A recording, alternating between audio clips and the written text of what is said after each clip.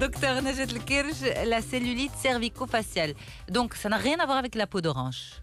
Non, ça n'a rien à voir avec la peau d'orange. Et puis, pour moi, la cellulite cervico-faciale, j'en hospitalise pratiquement chaque mois. Carrément. Au minimum 2. C'est la santé bucco-dentaire. Elle est en relation avec la santé bucco-dentaire.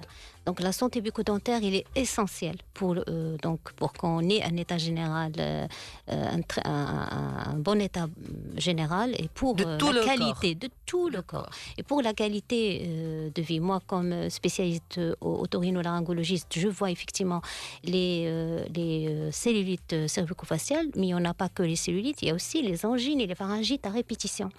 Il y a même des parents qui viennent pour amygdalectomie, pour qu'on enlève les amygdales. Mais en examinant... non, les enfants. Pour l'enfant. Okay. Pour l'enfant. Donc, en examinant la cavité buccale, je vois l'état dentaire, comment il est. Et pour moi, c'est à l'origine de ces infections à répétition. Et quand l'enfant, il entame les soins, donc on voit la régression des infections et même l'indication, j'ai vu pas mal d'indications qu'on a donc annulées pour amygdalectomie vu que l'enfant il a bien suivi ses soins dentaires. Okay. Alors, la cellulite cervico-faciale, c'est quoi exactement? Comment ça se manifeste? Donc c'est l'inflammation des tissus du cou et de la face, c'est de l'œdème, c'est de l'inflammation, c'est la douleur, ça peut arriver jusqu'à un trismus, la limitation de l'ouverture buccale, donc le malade n'arrive même pas à ouvrir la bouche, donc c'est un état qui est dangereux et qui peut même nécessiter un séjour en réanimation. قاع Ben oui. الاشكال انه كيف قالت لك ياسمين يعني لا نسمع بهذا النوعيه من المرض او على الاقل بالنسبه لي ما يطرح السؤال كثير هو لماذا نصل الى هذه الحاله او ما الذي يوصلنا الى هذه الحاله؟ ما الذي هذا يوصلنا لهذه الحاله وهو صحه الفم اللي ما كايناش ياك زائد المشاكل هي سي ان بروبليم سي ان سيركل فيسيو يا l'état de bucco-dentaire donc il influence les maladies chroniques et aussi les maladies chroniques ils peuvent pérenniser donc لما نقولوا صحة الفم والأسنان يعني مثلا أعطيك مثال أحد الأبوين أهمل صحة يعني السوسة خلاها في الأسنان شنو يمكن لها تعطينا الطفل في سن صغير يمكن توصلنا لهذه الحالة تقدر توصل abcès dentaire من بعد كدير un granulome et le granulome il diffuse vers l'os et voilà donc une septicémie locale qui peut donner une cellulite cervico-faciale.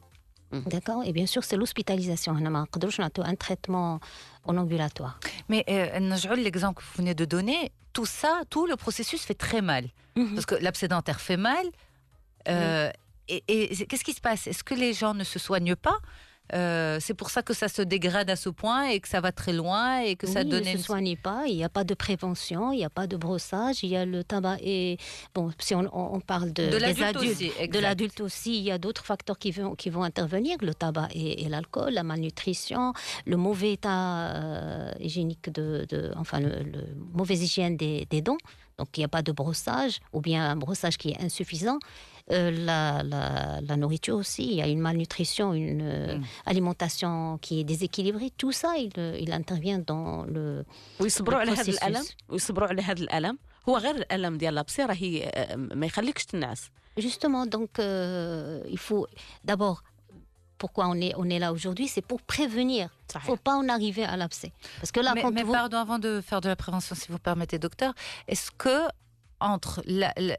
l'état se dégrade très très vite? Est-ce qu'on arrive très très vite? Ça dépend de l'individu. Okay. Donc s'il est diabétique, s'il a une pathologie chronique, bien sûr la dégradation elle est rapide. Et c'est surtout les diabétiques et les cardiopathes, ce sont des états donc immunodéprimés qui vont faire rapidement ces cellulites. Mais par contre, j'ai vu aussi des adultes en très bon état général, donc qui n'ont pas une maladie chronique et qui font des cellulites. D'accord. Donc il n'y a pas que les maladies chroniques. d'accord. طيب على ذكر أو ربط العلاقة، الكثير من المنظمات اليوم ومن بينهم منظمة الصحة العالمية تدق ناقوس الخطر حول العلاقة ما بين أمراض القلب والشرايين وحتى أمراض أخرى، الضغط الدموي والسكري وما إلى ذلك. القائمة طويلة، وصحة الفم والأسنان وجعلت منها ضرورة، يعني حتى في دول متقدمة أكثر منا صحة الفم أولى الأولويات. La carie dentaire, c'est un fléau mondial d'abord. Donc tout le monde insiste sur la prévention vu les dégâts qu'il peut donner. Il y a pas que le cœur, il y a le poumon, les sinus, les yeux, les articulations, le rein. Donc tous ces organes, ils peuvent toucher suite à une infection dentaire. D'accord. Donc, effectivement, il faut insister sur les soins préventifs de la carie. Donc, soins préventifs, donc hygiène. D'abord, l'hygiène. Oui, l'hygiène. Okay. Donc, hygiène bucco-dentaire, c'est brosser, c'est limiter le sucre. C'est éviter quelques comportements. Par exemple, on partage les couverts, on partage, par exemple, les aliments. C'est contagieux, une carie ? Oui, c'est contagieux. Donc, la maman et son enfant, par exemple, il mange avec lui, il partage avec lui. Donc, ces germes, ils vont se transmettre. S'il a une carie, systématiquement, l'enfant, il va l'attraper aussi. Donc, il faut faire attention à ces gestes. Et il faut insister sur la prévention, vu qu'on n'a pas beaucoup de centres ici, donc de centres dentaires, et puis les patients, ils n'ont pas un revenu, donc les moyens pour accéder aux soins dentaires. Donc là, on est vraiment dans le cas de prévention. Des séquelles de cette cellulite cervico-faciale. Donc vous dites, certaines peuvent amener carrément à la réanimation. Est-ce qu'on peut en mourir ? Oui, bien sûr. Carrément, c'est vraiment, on en a vu des cas. Surtout quand le patient il est en état, donc il a une immunité qui est très diminuée. Là, on a vu des morts sur cellulite. ولكن من يصدق أن حالة الوفاة كانت ناتجة بالأساس عن الأسنان. C'est ça. Oui. Donc la porte d'entrée, c'était l'infection dentaire. هي كانت المدخل ديال ravageuse, rapidement une diffusion vers donc les tissus du cou, ça peut donner une dyspnée, donc une incapacité à respirer, et puis il y a la diffusion de l'infection vers le sang, et il peut arriver à n'importe quel organe, le cœur, le cerveau, la méningite, le cerveau, enfin l'abcès cérébral, donc thrombophlébite, il y a toutes les diffusions de l'infection, possible de l'infection.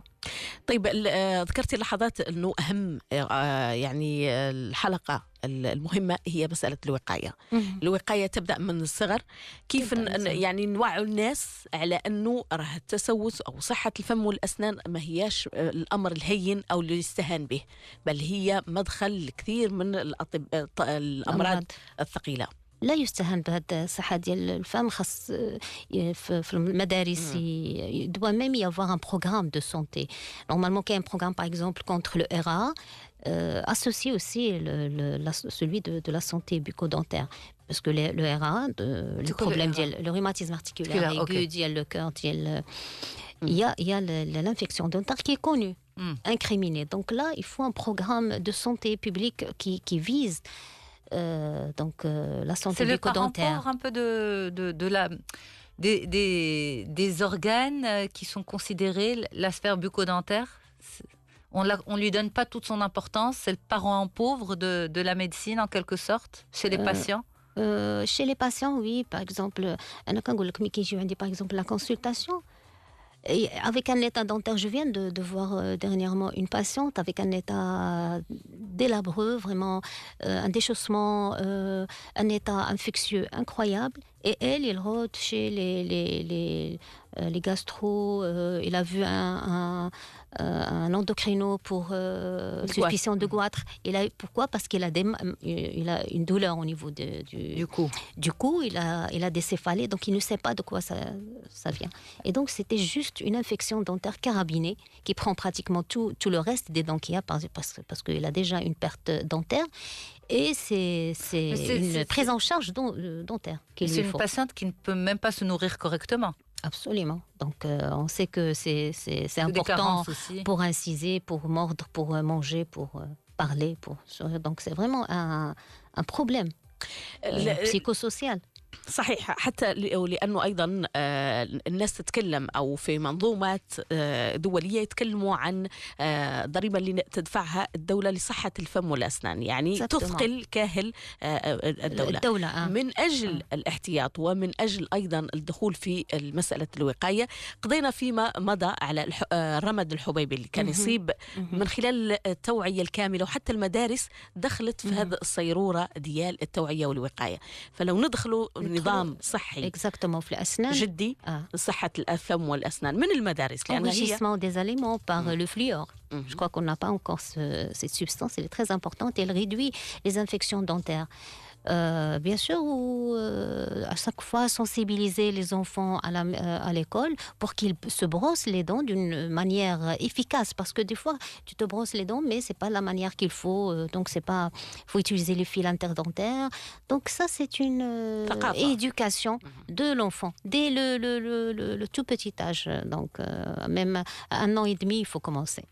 Alors, en parlant justement de caries dentaires par rapport au Maroc, il y a des chiffres qui datent de 2013 et qui ont été notamment communiqués par l'Ordre national des médecins dentistes, qui dit qu'en fait, au Maroc, le taux de prévalence de la carie dentaire est très élevé, avec 72% des enfants de moins de 12 ans et 95% des adultes de moins de 35 ans. Donc, voilà. 72% des enfants de moins de 12 ans souffriraient de carie dentaire et 95% d'adultes... Pour la carie, c'est 100%. Moins de 35 ans. Donc, vous dites 100% carrément. 100% de carie, oui. Donc, il va y avoir des caries, mais il faut les soigner. Parce que vraiment, c'est très difficile de ne pas avoir aucune... Et puis, en parlant de campagne, la plupart des campagnes menées jusque-là sont lancées par l'Ordre national des médecins dentistes. Il n'y a pas de programme qui émane du ministère de la Santé? En principe, juste pour, par exemple, avant de commencer la radio, la chimiothérapie, il y a quand même le patient, il doit avoir des soins dentaires. Il exige un compte rendu du dentiste. Oui, oui, avant de commencer la chimio et la radiothérapie, vu justement que c'est la présence d'une infection, il va perturber davantage l'état de santé du patient. Eh bien, docteur Najat El-Kirch, vous êtes médecin ORL à Tanger. C'était un plaisir d'être avec vous en direct sur les ondes de Média. 9h52, Merci, merci Léla.